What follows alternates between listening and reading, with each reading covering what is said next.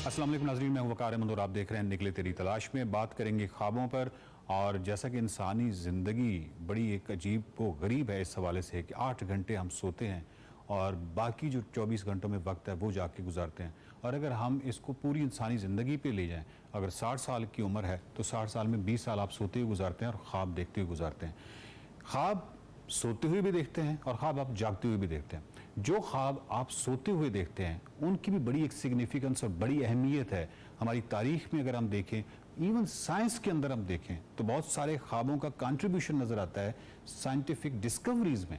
जबकि दूसरी तरफ ख्वाबों के हवाले से अगर हम देखें तो उनका एक बहुत अहम किरदार रहा है। दूसरे जो ख्वाब हैं वो है जागते हुए ख्वाब। सो हम सोते हुए ख्वाब और जागते हुए ख्वाब अगर दोनों को मिलाएं तो देखिए कि इंसानी तरक्की आज जिस औज पे है ये इन्हीं ख्वाबों की पैदावार है। मुस्तनसर हुसैन तार साहब से एक सवाल करना है, वो ये कि इंसान जब इब्तदाई ज़िंदगी में होता है तो वो कुछ ख्वाब देखता है, जागते हुए ख्वाब देखता है और ज़िंदगी रवां रहती है, उसको तहरीक देते हैं वो ख्वाब। लेकिन जब एजिंग होती है, जब आप ज़िंदगी की असर होती है और आप बुढ़ापे की जानिब जाते हैं तो क्या फिर भी आप कोई ख्वाब देखते हैं और ज़िंदगी को तहरीक मिलती है? मेरा ख्याल है कि तार साहब इस हवाले से रहनुमाई कर सकते हैं। तार साहब, क्या आप अब भी ख्वाब देखते हैं? अच्छा, आप अब भी कहते हैं, जैसे मैं पहले सारी उम्र ख्वाब देखता आया हूँ। मुझे ख्वाब नहीं आते थे, मुझ में कोई मसला है शायद। अब ख्वाब आते हैं और मेरा जी चाहता है कि मैं बाद में उनको लिख लूँ। फौरी तौर पे याद नहीं रहते क्योंकि उनमें मैं पिन पॉइंट कर लेता हूँ कि ये जो मैंने ख्वाब देखा है ये फ़लाँ इंसिडेंट हुआ था आज और उससे कनेक्टेड है। वो मैं इंटरप्रिटेशन ऑफ ड्रीम जो है फ्रॉइड वगैरह की, उसका मैं हवाला नहीं दे रहा। लेकिन अब मुझे महसूस होता है कि हाँ, मैं ख्वाब देखता रहा हूँ ज़िंदगी में। और मैंने एक खूबसूरत पाकिस्तान देखा है जिसमें करप्शन नहीं थी, जिसमें लोग ऑनेस्ट थे, तमाम महकमे अच्छे चल रहे थे। ये ख्वाब नहीं तो और क्या है। आज की जनरेशन जो है बिलीव नहीं करती। मैं हमेशा उनको कहता हूँ कि ये इतना खूबसूरत मुल्क था, इतना प्रोग्रेसिव मुल्क था, इतना लार्ज हार्टेड मुल्क था, ये दुनिया का सबसे खूबसूरत मुल्क था। तो ये ख्वाब ही है ना। इसी तरह अब अगर हम मुख्तलिफ जगहों पे आ जाए तो फेरी मेडो, मैं अकेला हूँ वहाँ पे एक साथी के साथ, और रात होती है तो वहाँ पे गीज़र बोल रहे हैं और ऊपर नांगा पर्वत की वो हो रही हैं, बर्फ़ें नीचे आ रही, सारा कुछ ख़त्म हो गया। तो मैं किसको बताऊँ कि मैंने फेरी मेडो को इस तरह देखा हुआ है। वो ख्वाब हो। नॉर्थ जो है, जिस तरह मेरी बेगम गई 2 साल पहले तो उसने कहा शुक्र है हमने पहले शुमाल देख लिया, मैं दोबारा नहीं जाना चाहता। क्योंकि हमने जब उसे देखा तो दरवाजे खुले थे लोगों के, जिधर जाते थे अंदर बुला लेते। अब तो तमाम दरवाजे बंद हो गए। इतने ज़्यादा टूरिस्ट आए और बेहंगम टूरिज़म को ऑर्गेनाइज किया जा सकता है।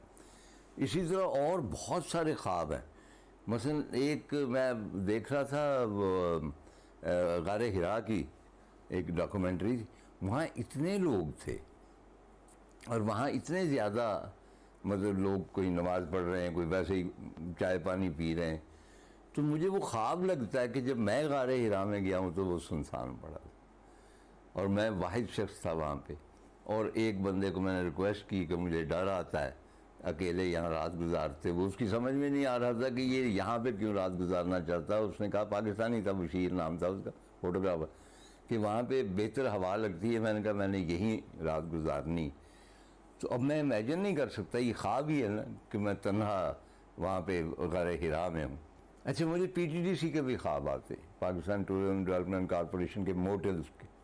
बरसीन का मोटल ऐसा था जहाँ पे मैं एक रूहानी खुशी महसूस करता था, कोई कनेक्शन था कहीं ना कहीं इश्क के साथ, अल्लाह मियाँ के साथ, आई डोंट नो।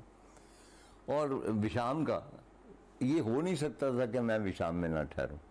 ये सारे बंद हो गए हैं। K2 मोटल के मुझे बताया गया कि वहाँ आगे को बाढ़ लगी है, अंदर पत्ते हैं, इससे खंडर।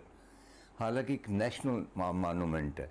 वहाँ जितनी एक्सपीडिशंस गए उनकी अगर आप वैसे एग्जीबिशन लगा दें, मुझे नहीं पता कि पॉलिसी वाइज क्या है गवर्नमेंट की। खपलू का जो था एक, और वो नाला रास्ते का क्या है उसके ऊपर था।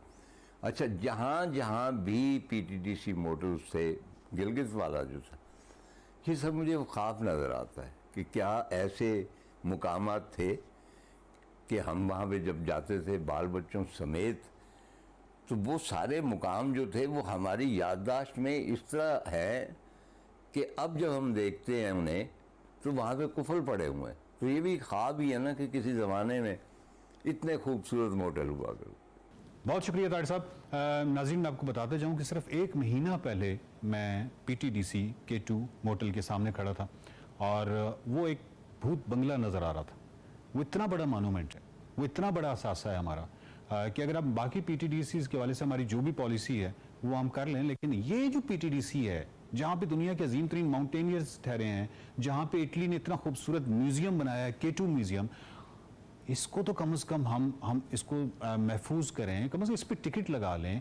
इतना हमारा कीमती असासा है।